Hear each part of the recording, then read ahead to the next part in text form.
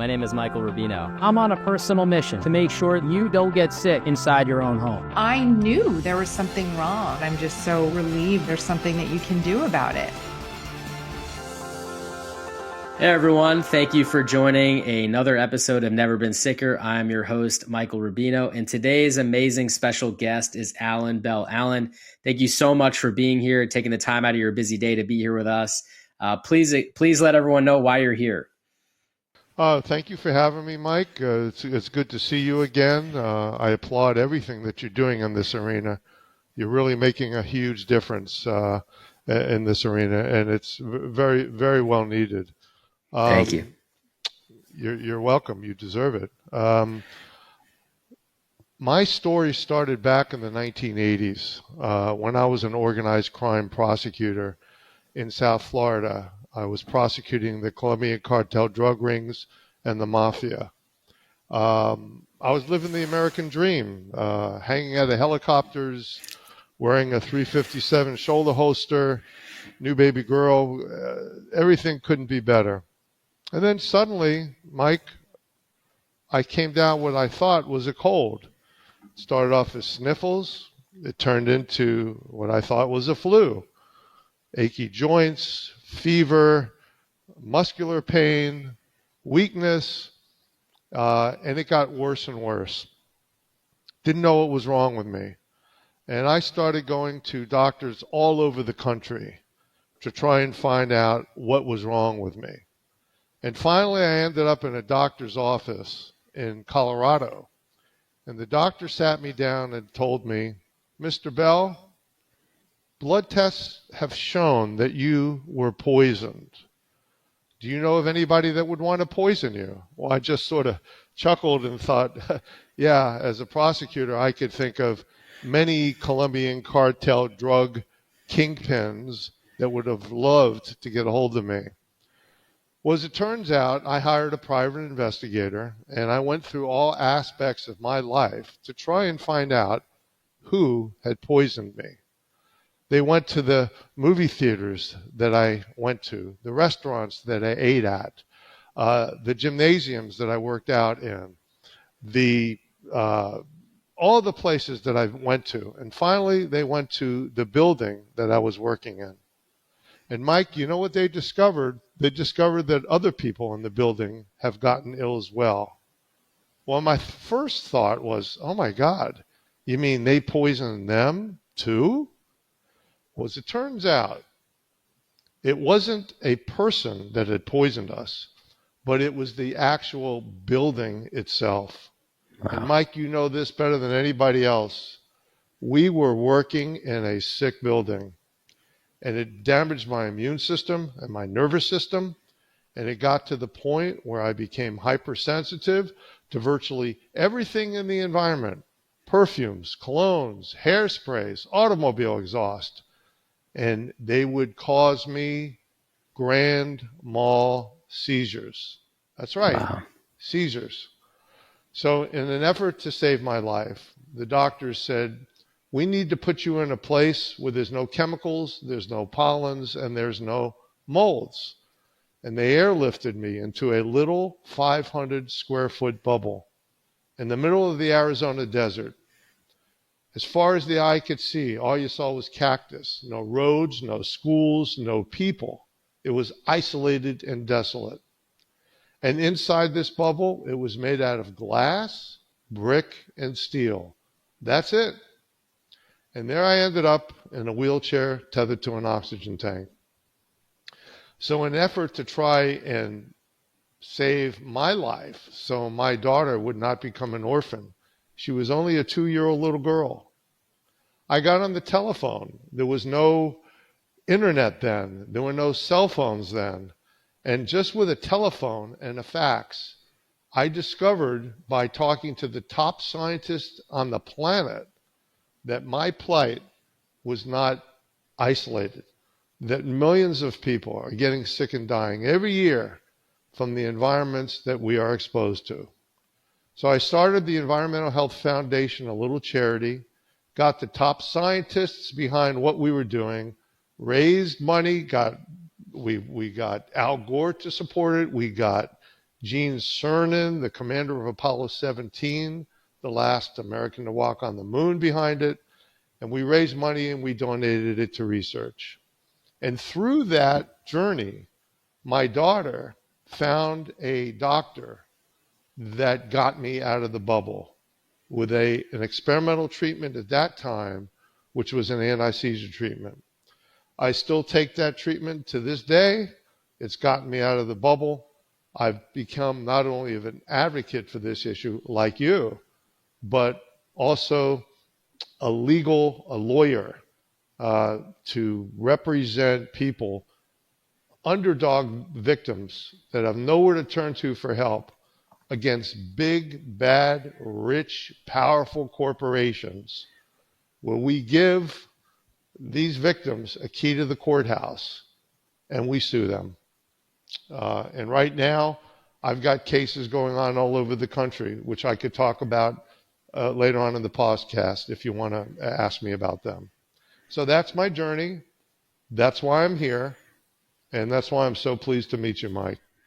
First off, I want to say, we've had the opportunity to speak before. I've read your story, but, actually hearing it live, organic, just through this podcast, I learned more than I thought. And I'm really sorry what you went through, because it's crazy to really think about the words that came out of your mouth and what you went through and how that transpired. I mean, it's a miracle that you're still here, obviously, with everything you went through. And, I'm so fortunate that you are, because of everything that you've, contributed to helping other people and everything you continue to contribute today. So, thank you for that. And I definitely want to dive into the legal world of things, because, I've been on a handful of cases as an expert witness.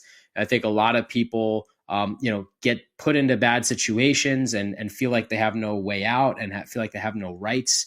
And so we'd love to just kind of high level, obviously, it changes state to state, changes to situation. But, how does somebody go through from a high level perspective, documenting things properly to build a case if they have a case?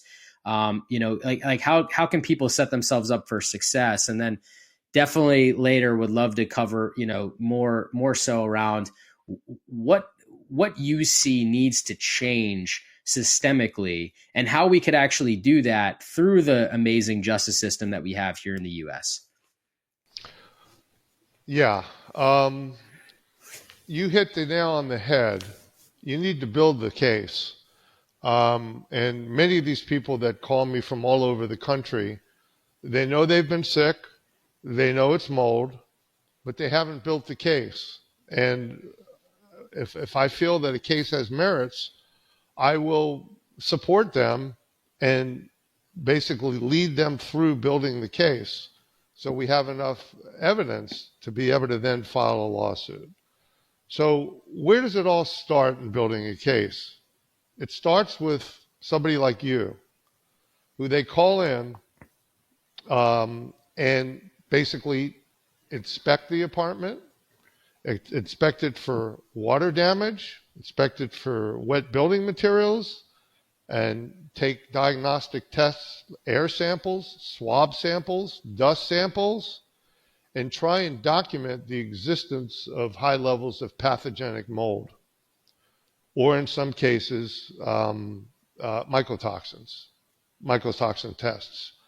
And once all that is established, and you show the existence of the pathogens that are causing people illness, then what you do is you start building their case from a medical standpoint. They have to go to a mold literate doctor, okay? And there's not a lot of them out there, right? But I'm sure that you're connected to a lot of them, Mike, and so am I, through the various cases that I've had all over the country. And the doctor then takes blood tests to see if the immune system is jacked up. There could be evidence of chronic inflammatory response syndrome or mast cell activation syndrome. They take urine samples and send them to laboratories to see if there's high levels of mycotoxins and the type of mycotoxins that you could potentially match to the specific mold species that you found inside the apartment. Right. And so and a big part of these cases are a lot of these victims have neuropsychological symptoms, neuropsychological symptoms. They have mood swings, they have depression, they have anxiety, they have all the symptoms that typical doctors paint them as being crazy or malingerers. So I'm one of the lawyers that have pioneered bringing the proof inside a courtroom of brain injury as a result of mold exposure. So there's a diagnostic procedure called a neuroquant. Neuroquant is basically an MRI of the brain and applying that MRI to a software where you're able to actually see parts of the brain that are inflamed and other parts that are atrophied. And the parts of the brain that are inflamed, you can correlate to specific symptoms like mood swings, depression, anxiety. So we've now turned a mold case into a brain injury case, okay, through new scientific technology that didn't exist in years past. So once you have the mold, because of people like you, Mike, that finds the mold, once you have the medical diagnostic procedures in matching the symptoms that were caused by the mold, then you have to determine whether or not you could build the case damage-wise. Because just because you prove you were exposed to mold and you could prove that there was liability there, you have to show damages. Otherwise, the defense will say, okay, there's mold. Okay, you got sick from it, but what are your damages? And this is a key part of these cases, and that is, in order for a lawyer like me to take on a case on a contingency, you need to have significant damages. If you just have a case of the sniffles and you miss 1 or 2 days of work, a lawyer like me is not going to put in $50,000, $100,000 into a case when it's not even worth that much. So how do you determine what a case is worth? Which is the amount of damages. You look at the amount of lost wages. Did this illness cause you to lose work? Past, present, and future. Did this illness cause significant medical bills, whether out of pocket or insurance that paid for it? And if you have huge lost wages, past, present, and potentially future, and you have huge medical bills, and you've got doctors that say you're disabled and there's very little likelihood of you having ever be able to work again, you've got a very good case of damages, in addition, of course, to pain and suffering, which is part of the lawsuit. So I think that's a thumbnail sketch in driving you through what happens when somebody gets a case and bringing it all the way through the point where I feel we have enough evidence to file the lawsuit. So if you want to ask me questions about what happens after the file of the lawsuit, that's a whole nother realm we can get into if you choose to. Sure. Yeah, thank you for that. And just one thing that you haven't touched on, but also property damage, right? So, obviously if there's mold in an apartment and their property gets destroyed, sometimes people have, property insurance, specifically renter's insurance. Sometimes they don't. Is that typically part of the claim as well?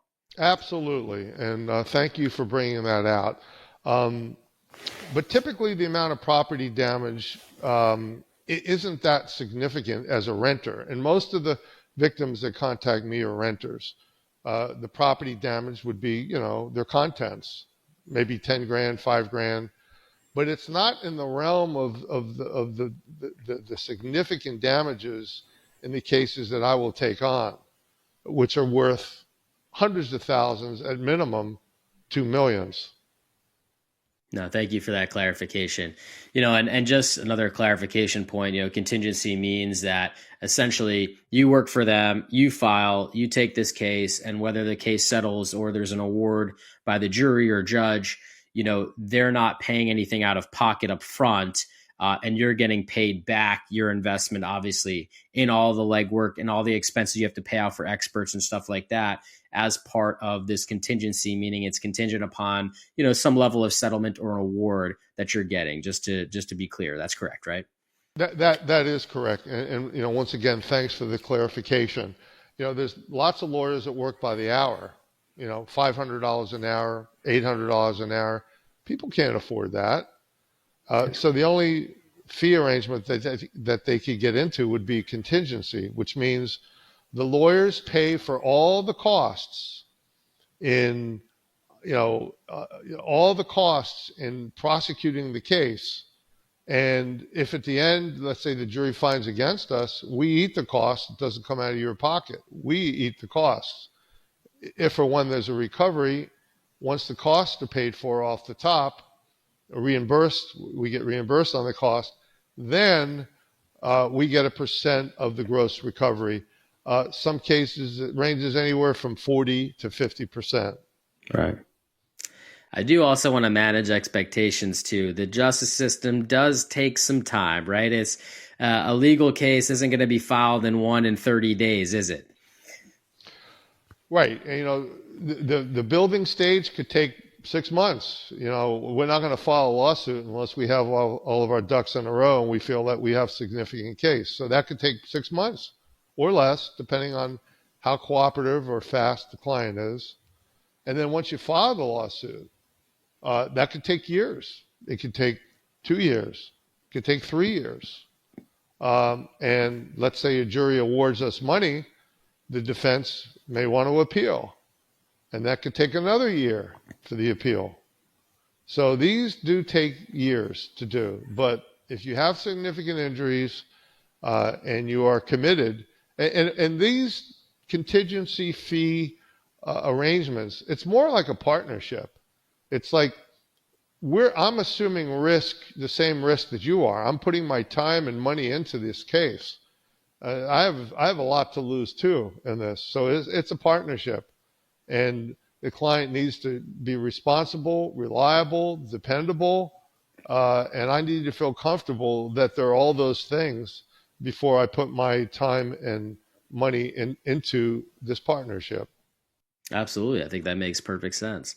If I come to you as a renter and I have a case, and let's say, the case has merits and you'd like to take on this case, one of the main questions that I might have is, do I leave, right? Do I stay and continue to poison myself knowing that I'm surrounded by poison, or do I get out of there, come hell or high water and work with you towards, retribution, if you will? What's that look like from a legal perspective?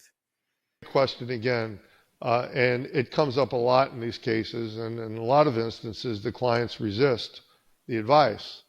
And the advice is this: once you get all the inspection data and laboratory analysis that you need in testing the apartment, get the hell out. Because if you stay in, there's no upside in staying in, and the downside is twofold. Number one, you're going to keep getting yourself sicker.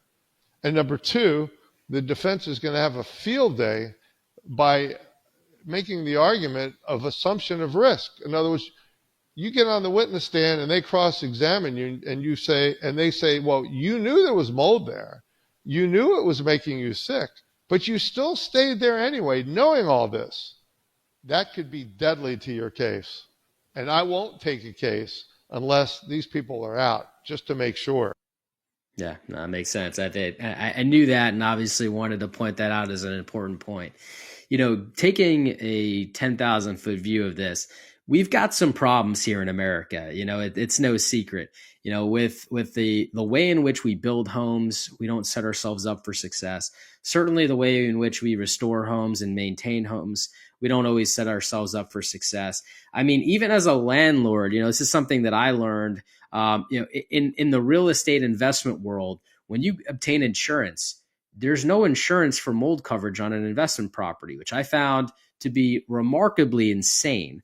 And with that being said, we're putting landlords in a position where if there is a mold problem, they're stuck paying out of pocket for it. Now, it's easy for us all to assume that every landlord on the planet is independently wealthy and rich and can afford all of this remediation. But sometimes, they're people like you and I, and they're put in tough positions. And if they're incentivized to, deny the existence of mold and put people in harm's way because there's no insurance, certainly that I take problem with that. But, looking at things from a 10,000-foot view, what are some of the problems in the U.S. and how are we solving it in the justice system from your view?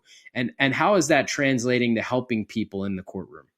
That is a really good, case. Let's say a good point, let's say you got a great case. It's an open and shut case, but you've got a poor landlord and he's not covered by insurance. And that's another point that I have to research before I take the case. I need to make sure that there's a deep pocket to go after. If there's no deep pocket, that's a huge component of a case where we wouldn't take it on. I believe that this is something that needs to be legislated, where anybody that rents property, it's almost like automobile insurance, right?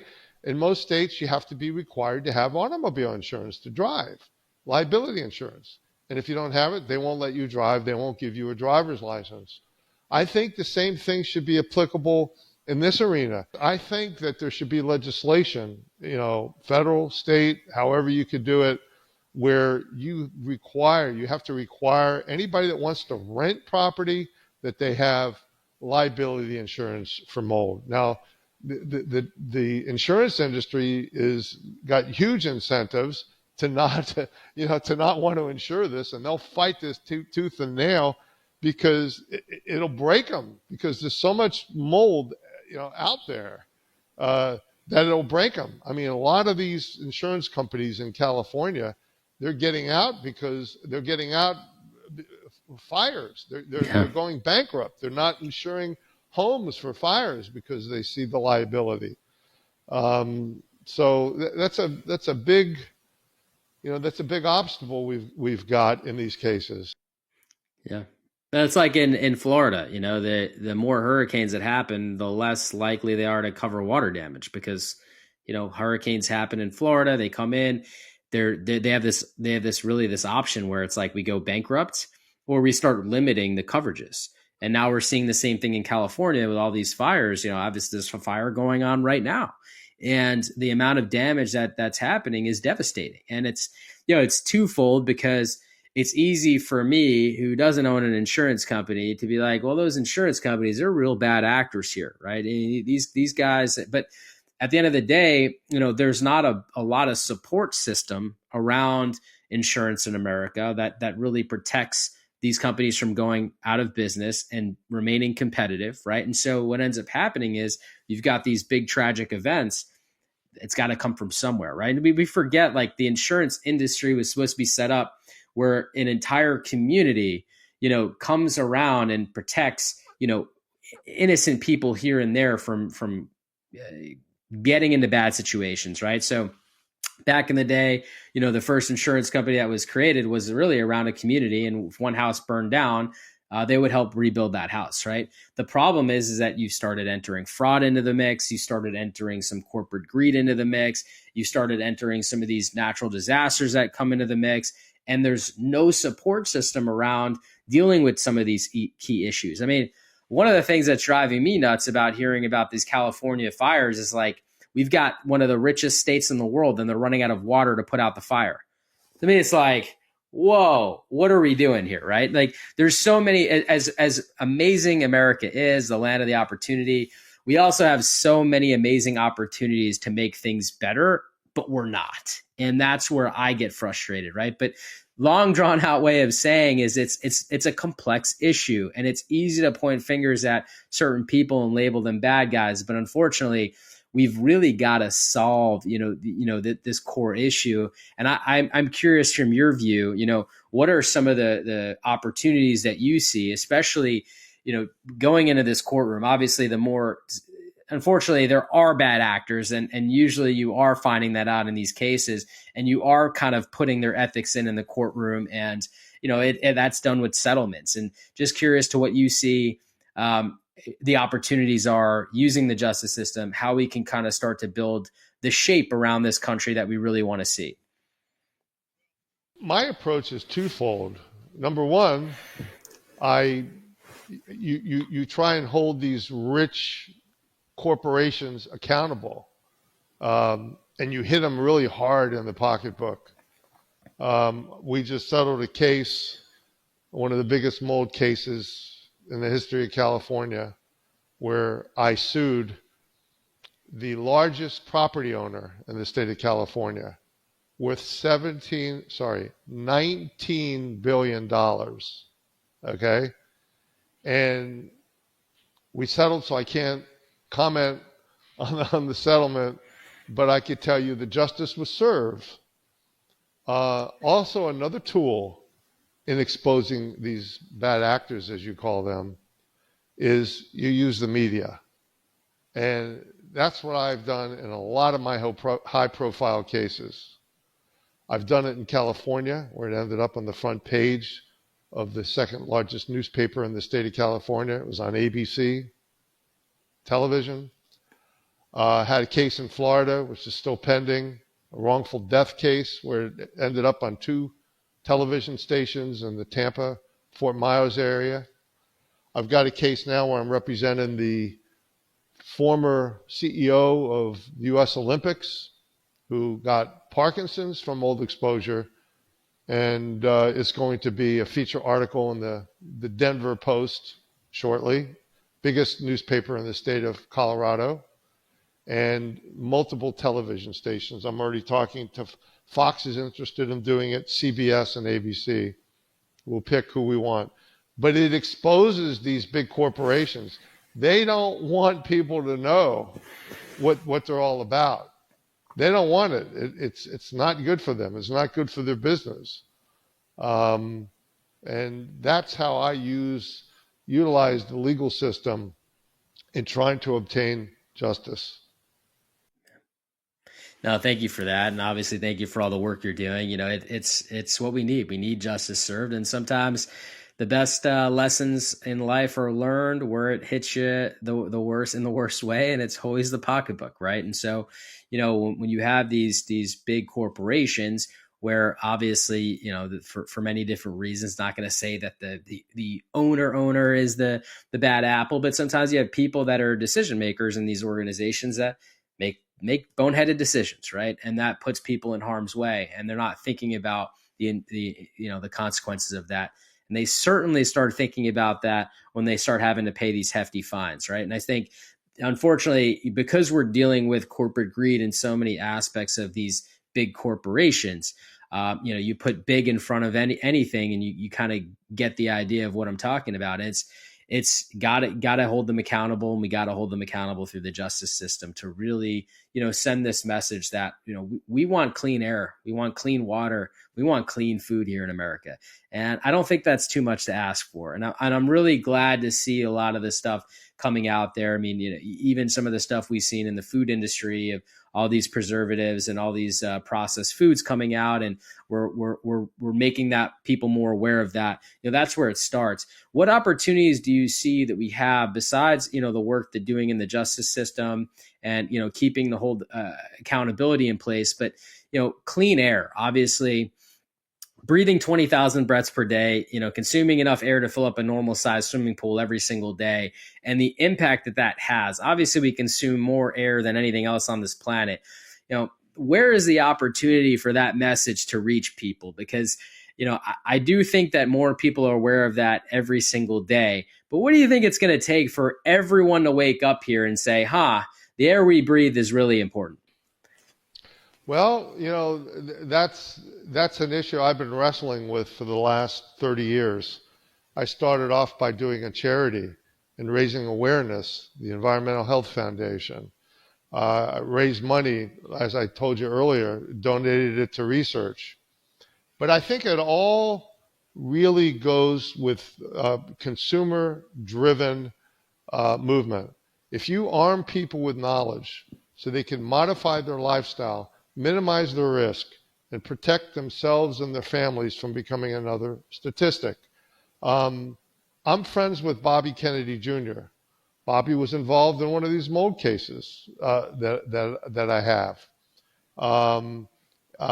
He is going to be the next, hopefully, the head of Health and Human Services. And he is going to, from a governmental standpoint, blow the lid off of this whole thing. He is one of the most fearless, fierce advocates in this arena that I've ever met. I've been over his house recently. He's well aware of mold. He's well aware of what it can do to people.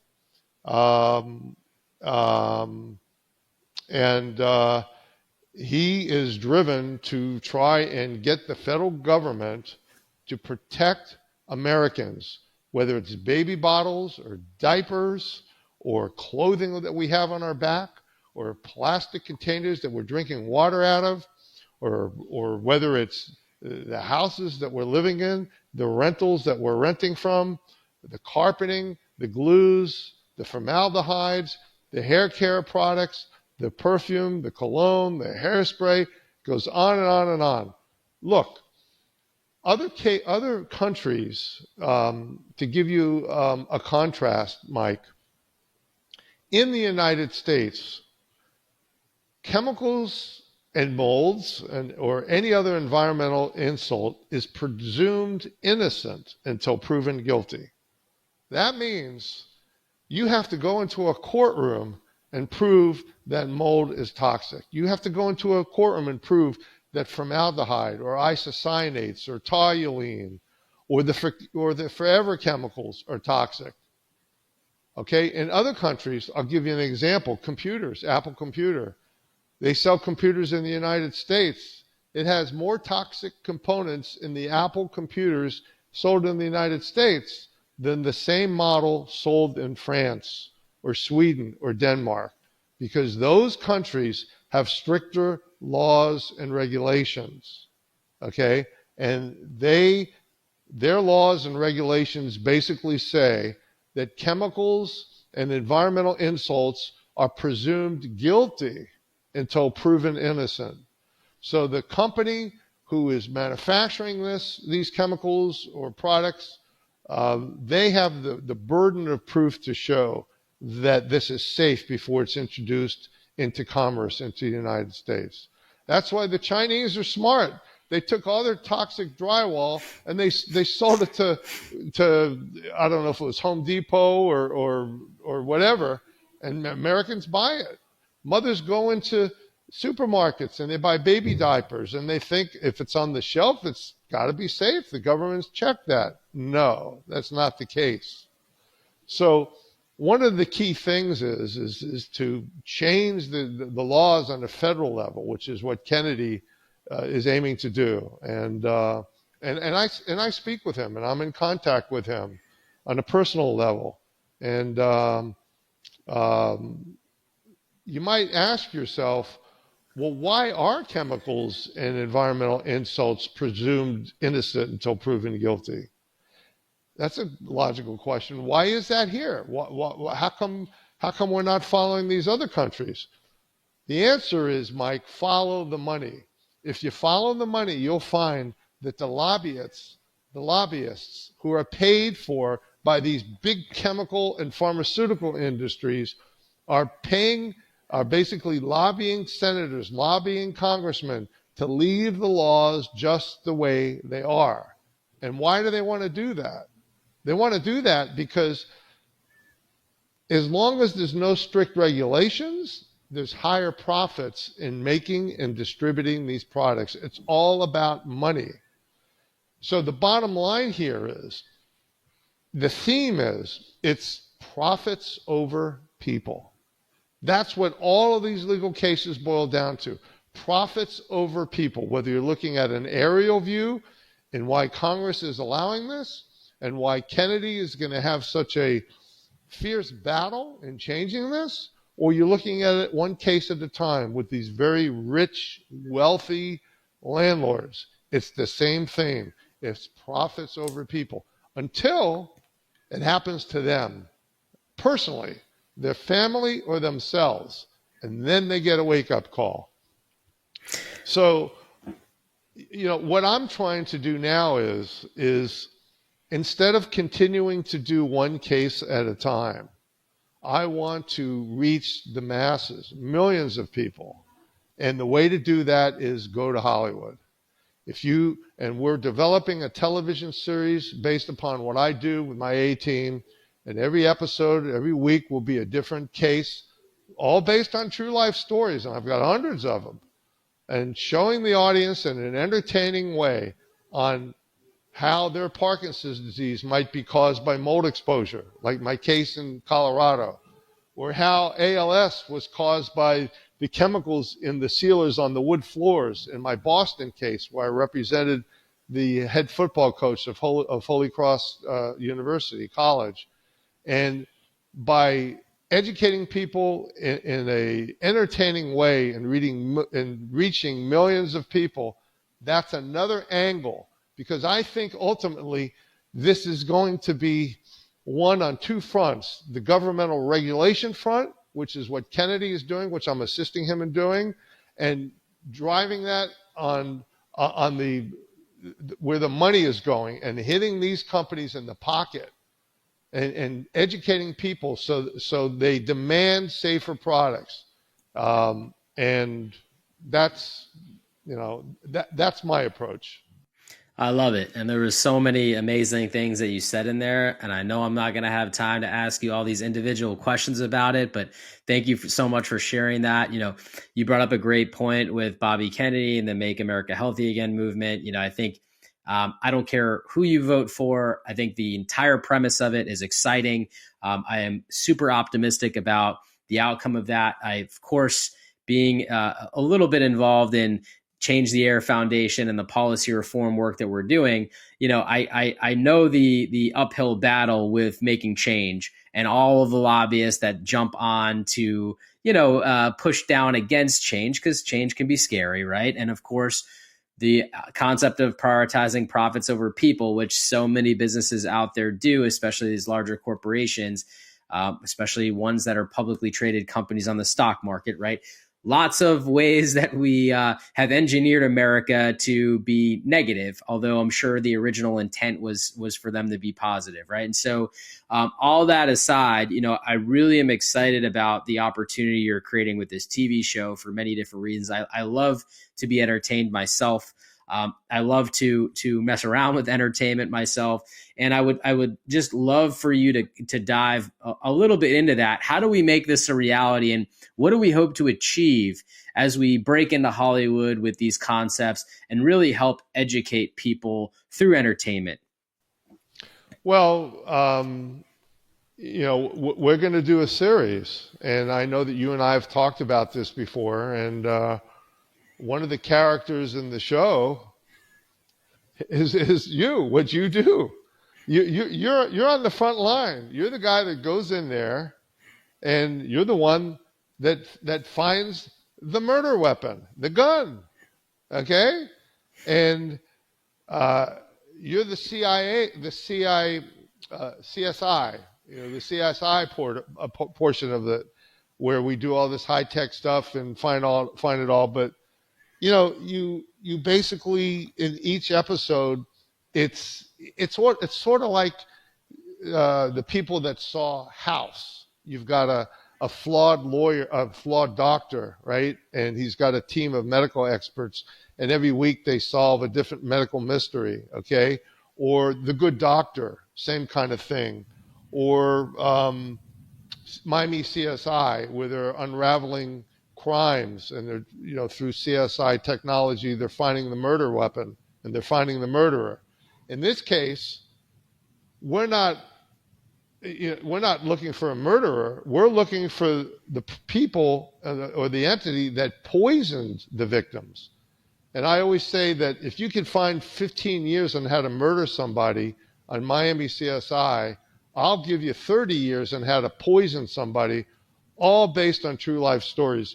whether it's inside your home, your school, your workplace, the ocean that you swim in, the products that you use, the water that you drink, the food that you eat, or the containers containing the food that you eat, it's going to, in a dramatic way and in a entertaining way, it's going to be where the audience is going to want to see this and wow, I wonder if my father got Parkinson's from something that he was exposed to. I wonder if my mother got breast cancer. 1 out of every 5 women get breast cancer. Okay, and 80% of all cancers is caused by the environment that you're exposed to every single day. So the two biggest killers out there is 1, heart disease, and 2, cancer. So heart disease was once thought of as being, well, diet and exercise and genetics. They now know that a big component of heart disease is what you breathe, okay, what you breathe and what you touch. If you live within a half a mile of a freeway, your chance of getting heart disease triples just by breathing that outside air. And cancer, like I've said, 80% of all cancers is caused by what you are exposed to in your daily, everyday life. That's huge. Yeah. That's huge. 1 out of every 2 men are going to get cancer in our lifetime. 1 out of every 3 women are going to get cancer. And I'll tell you, Florida, which is where I'm based out of, which is where I'm licensed to practice law, my primary state, along with Washington, D.C., and other states that I go in on pro hoc vice, Florida is the #1 pesticide capital of North America. And that's causing all kinds of problems. The bugs that they're spraying for and the humidity, which is causing the mold, is probably the #1 mold capital as well. And you're based in target 0. You couldn't be based in a better place for what you do and for the kind of help that you offer to many, many people in Florida. Totally. I mean, for me personally too, it's like the outdoor lifestyle for me and my family living in Florida, you can't beat it. But there are significant challenges here. And, for me, one of the things that I wanted to accomplish was like, if I can figure out how to live in one of the most difficult places to live in from a mold perspective, and I can do that and solve those problems, I can solve any problem. Right. And so, with living in any tropical area, one of the biggest factors you have to deal with is humidity, right? And the amount of moisture that's naturally in the air at all times. And, having a well-sealed building that brings in fresh air properly, but also controls humidity at the same time. It's not the easiest thing to do in the world, but it's something that we've been able to achieve. And you could see, like, in the dead of the summertime, my humidity ranges in between 50, 55%. And then if that occurs where it gets 55% or higher, boom, we've got dehumidification systems that kick in, as a countermeasure. And so, you have to have fail safes like anything else. But, one of the things that you said to me that really struck a chord, that always kind of makes my wheels turn, is the fact that, like, there are so many things from an environmental exposure aspect that could kill us, right? We have the mold, the bacteria, the VOCs, the formaldehyde, the microplastics. It's like every year we're finding more and more things. Going back to what you said about how, as corporations, we can just create products and put them in people's hands without having any burden of proof to show that the products that we're creating are not toxic.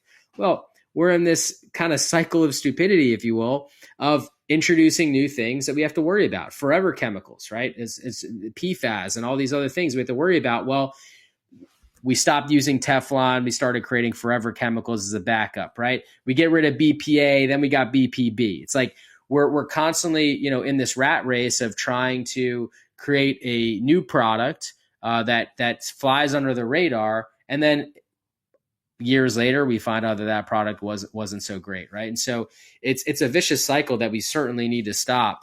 And the other thing is, I think we've been able to fly so much so under the radar because people aren't aware of the environmental exposures that they're dealing with, because they don't think that the air they're breathing, the moisturizer they're putting on their skin, the shampoo they're using can affect their health. The containers they put their food in can affect their health. Drinking out of plastic, heating up that plastic can affect their health, right? And so as long as these things stay under the radar, then we can continue to sell people more and more crap that makes them sicker and sicker and have no consequences. And so, I'm so glad that you're doing what you're doing, as well, because obviously you're creating awareness. This show is going to create awareness. So I'm so excited for this to become a reality. And that awareness is helping people, make better choices. And for the people that don't know, unfortunately, that are victims, we've got the justice system on our side, and taking those cases to that justice system and getting justice is also helping, again, create additional awareness and create some accountability. And so, I want to thank you for all that. I want to ask you a question. If I'm listening and I need your help, where can I find you? Well, you can go to my website. It's alanbell.me, AlanBell.me. I wrote a book called Poisoned. It did pretty well. It was endorsed by Bobby Kennedy and Alan Dershowitz and the commander of Apollo 17. It's a story. It's my story, my journey on what I briefly shared with you. And it puts a face on this issue. There's lots of victims that are listening to this, and I'm sure your stories are very similar to mine. And so you can go to the website. You can buy the book if you want. I don't make any money off the book. The publisher does. I wrote it to make people aware of it, to let them know that they're not alone and that other people are in the same boat as them. That's why I wrote the book. And so that's where you could find me. I also have a YouTube channel. That link is from my website, and you'll see all the news shows and talk shows that I've been on all over the country regarding some of the cases that I've had. Thank you so much. And how can I support you? How do I help make this TV show become a reality as quickly as possible? And any other ways that I can support you in everything that you're doing? When you say I, you mean you? Oh, me and anybody else listening. I don't know how they could support the television show. I don't know the answer to that one. There's nobody they could call at this point in time. We're still talking to different people. But if anybody knows somebody, okay, I just thought of something. If anybody knows somebody who is in a position of affluence or influence, high level people that were affected by this, whose lives have been destroyed by this, that have resources to want to do something about it, those are the kinds of people that I would want to talk to, or insiders in Hollywood. And I know you and I have talked about that angle as well, yeah, Michael. Good. So that's how they could, help. Good. Well, if you're listening, you're an insider in Hollywood, you have the connections in Hollywood, want to help make sure that this gets made and gets out there, please reach out to Alan directly. This is exciting stuff. I'm really exciting and rooting for you on getting this made and getting this out there. Thank you for sharing all the information that you shared today. Thank you for giving us a way to reach out to you, and looking forward to connecting with you again soon. Thank you. And you're just doing amazing things, Mike. You're one of the best in the country. People ought to know about you and what you do for multiple reasons, for their health, for their legal issues. I've dealt with industrial hygienists all over the country, and you're as good as it gets. And my hat off to you, buddy. Thank you so much. I really appreciate that. Coming from you, those are definitely words of encouragement. So thank you so much. Thank you for all you've done. And again, looking forward to connecting with you real soon. Take care.